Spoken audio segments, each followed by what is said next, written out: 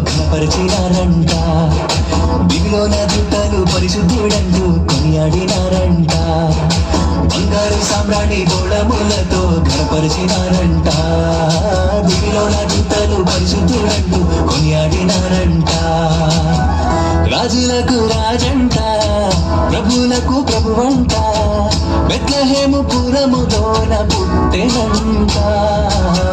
చూడసక్కనోడంట, పశుల పకలోనంట, దావీదు కుమారుడంట, లోకరక్షకుడంట.